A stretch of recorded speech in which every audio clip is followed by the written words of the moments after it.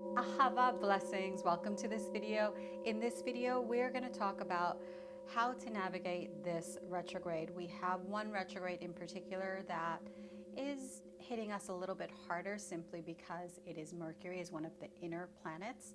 Mercury is retrograde in the sign of Leo. So primarily we're going to focus on that. Remember, there is nothing to fear when it comes to retrogrades.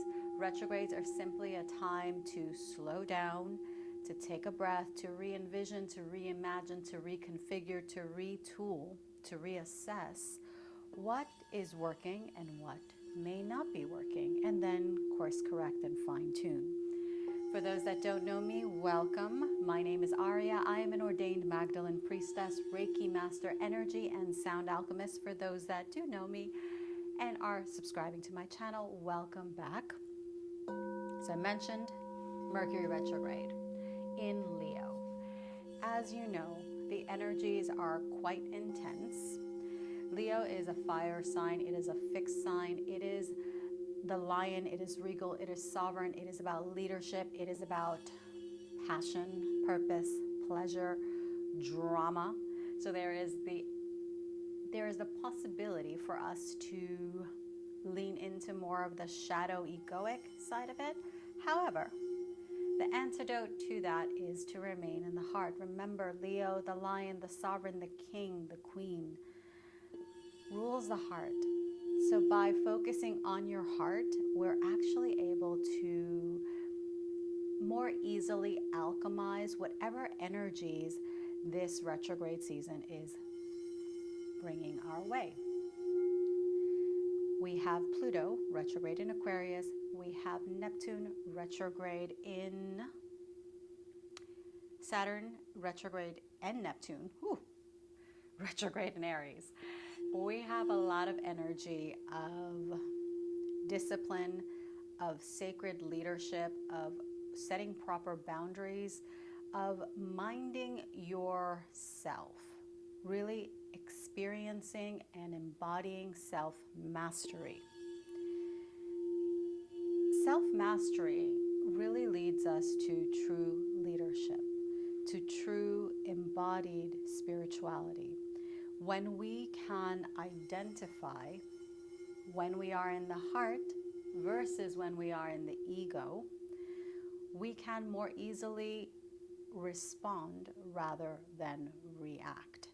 When we are being triggered, we can choose one or two options. We can be reactive and combative, feeding the fear, feeding the lower frequencies, the anger, the deception, the betrayal, the whatever. Or we can remain in the heart, take a breath, and really allow ourselves to align to how can we alchemize and transform, transmute, and transcend whatever is happening before us. How can we take the lesson, take the gems that are contained therein, and integrate those parts into our being? This is what self-mastery, this is what sovereignty is. It is knowing yourself. So before we point the finger, before we blame something outside of us, let's really take this time to take full responsibility. Yes, that's it. Full responsibility and accountability for all that we have co-created. Granted, we are constantly weaving with other beings, with other people, with other places. Remember, everything has an energy field. So we are constantly in a sacred co-creation, in a sacred co-creative dance with our environment. However, it is how we respond and how we choose to alchemize, what we choose to align with and embody, that truly dictates and creates the structure within which our creations manifest. We can choose to create with the infinite light of creation, choose to align to the highest frequencies, or we can choose to perpetuate more of the same, fill in the blank. So it's a powerful cycle, very, very potent. And let's see if I missed anything else, because because there were 4 things I wanted to share, and I do have a full breakdown on my podcast, Embodying the Shekhinah. I go more in depth into the energies and how to work with them. So I did have 4 things that I wanted to mention. With this Mercury retrograde, it is creativity, it is pleasure, it is procreation. So if you're looking to bring in babies, this would be the season to really reevaluate your perception of parenthood and of parenting.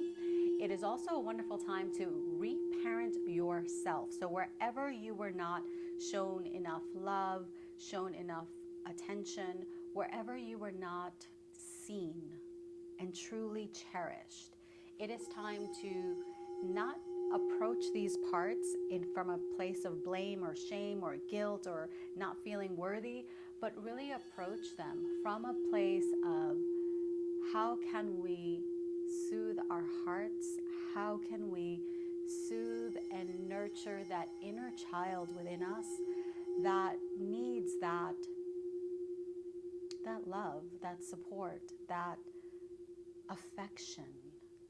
Leo is a very warm, loyal, loving sign. It's time to give ourselves that love. Leo is also the heart, and that heart is self-love. It is giving and receiving. So Mercury, our mind, the way we think, the way we express, it is time to revolutionize our perspective. Are we engaging with the world, co-creating our reality from a place of stagnancy, being stagnant in dogma, thinking that we know how things need to be and only we are the ones with panacea, with the solution for everything and everyone? No. It is important to really be in the heart and know that no, we don't have all the answers. We don't know what is best for anyone else except ourselves sometimes, maybe most of the time, but really ourselves. All we can take care of truly is of ourselves. Take responsibility and really think, employ discernment, cultivate discernment. Are we acting? Are we speaking from a place that is in alignment with the ego, which seeks to separate, to isolate, to destroy in some ways, and also to create division and separation and lack and perpetuate those fear patterns? Are we choosing to align to that? Or are we speaking, behaving, responding from a space of openness, from a space of heart-centeredness, from a space of the desire, the intention to create union, to create oneness, to embody the higher frequencies that are the frequencies of creation? What are we aligning to? Choose your frequency, choose it wisely, choose it actively, and choose it often.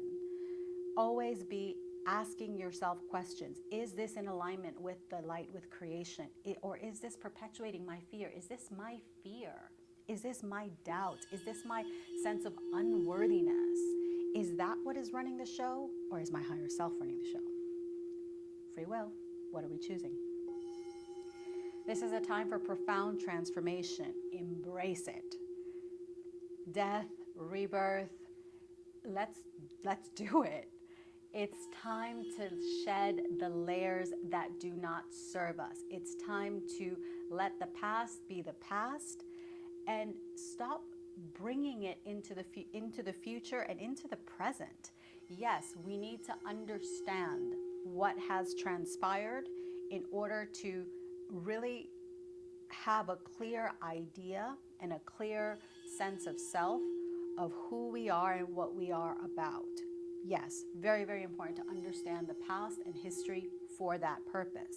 However, we cannot co-create a new reality, a different way of being, thinking, doing, based on old patterns of fear, of separation, of lack, of limitation, etc. It's not possible. The mind, the ego, can only recreate what it knows. If you are choosing to embody a different frequency, the ego, the mind, useless. So embrace change, embrace profound profound transformation, this is the time for it. Spiritual maturity, Saturn, and sacred leadership. It is time to stop bypassing. There are no NPCs, non-player characters. As a matter of fact, that is the dumbest way of, and I get that that's a judgment. It is the dumbest way to spiritually bypass that I could ever think of. Simply because someone offers a perspective and a different way of being and embodies a frequency you do not understand does not mean that person is an NPC, a non-player character. It does not mean that person doesn't have a soul. It doesn't mean that person doesn't have a mission and a purpose all their own. Just because you don't like what they're expressing, just because I don't like what they're expressing, doesn't make that perspective any less valid than my own. That trap, the discounting, dehumanizing, devaluing a person into an NPC, a perspective, is how we come into arrogance. It is how we perpetuate separation and egoic leadership, false leadership. A leadership that is based on hierarchy. It is based on you doing what I say rather than a guide, a teacher, a mentor showing you how you can connect to your inner light, to your connection to the divine. Take responsibility for your actions. Lead with purpose. Don't spiritually bypass. Wherever you catch yourself, do your best to catch yourself and to not discount other perspectives simply because they are different and you don't understand them. Accountability, responsibility, shed the ego. I mentioned that. I cannot impress upon everyone the importance to remain in the heart, to remain in humility, and to really let go of the ego. It is the ego that has been feeding this distortion that we live in. It is the egoic desires, the comparison that makes us feel and feeds the unworthiness, which feeds those lower densities. And it's time that that ends. Mention stop the spiritual bypassing. Feel it, embrace it, voice it. It's time to let go of the shame, the blame, the judgment that seeks to separate. Judgment is good when it comes to discerning what is best for you and creating the proper boundaries for you to accelerate your growth, for you to nourish yourself, for you to thrive. That's the word, for you to thrive. It is important to have those. But learn how to feel it. Learn how to feel whatever is coming up, embrace it, integrate it. The key is integrating, and this is how we transcend the plane that we live in of duality. And duality is not bad. Duality is simply here to teach us how to integrate, how to embody, how to transcend, how to unify, how to really embody oneness.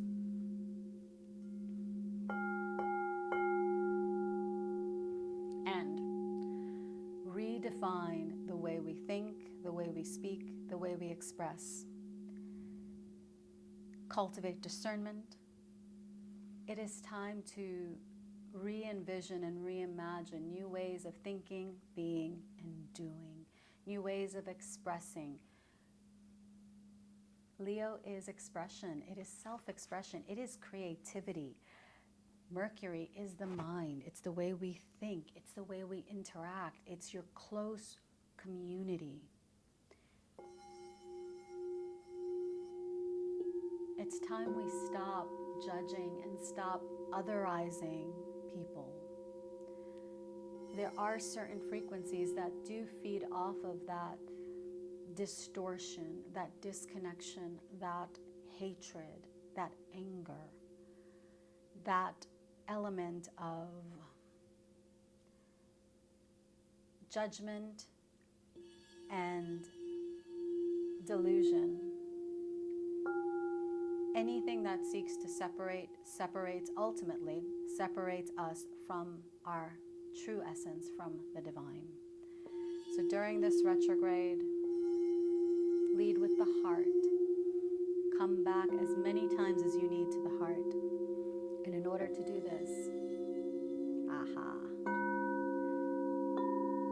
we're going to receive a sound activation. And the word that came to me was Emet. Emet means truth. Inana Emet, I am truth. Inana Chochmah, I am wisdom. So we are aiming to embody wisdom and to embody truth.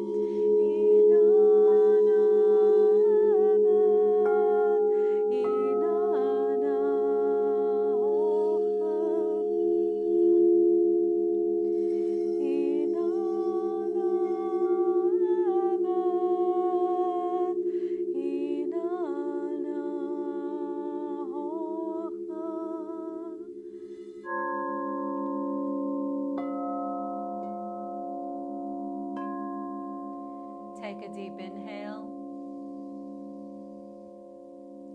Hold the breath.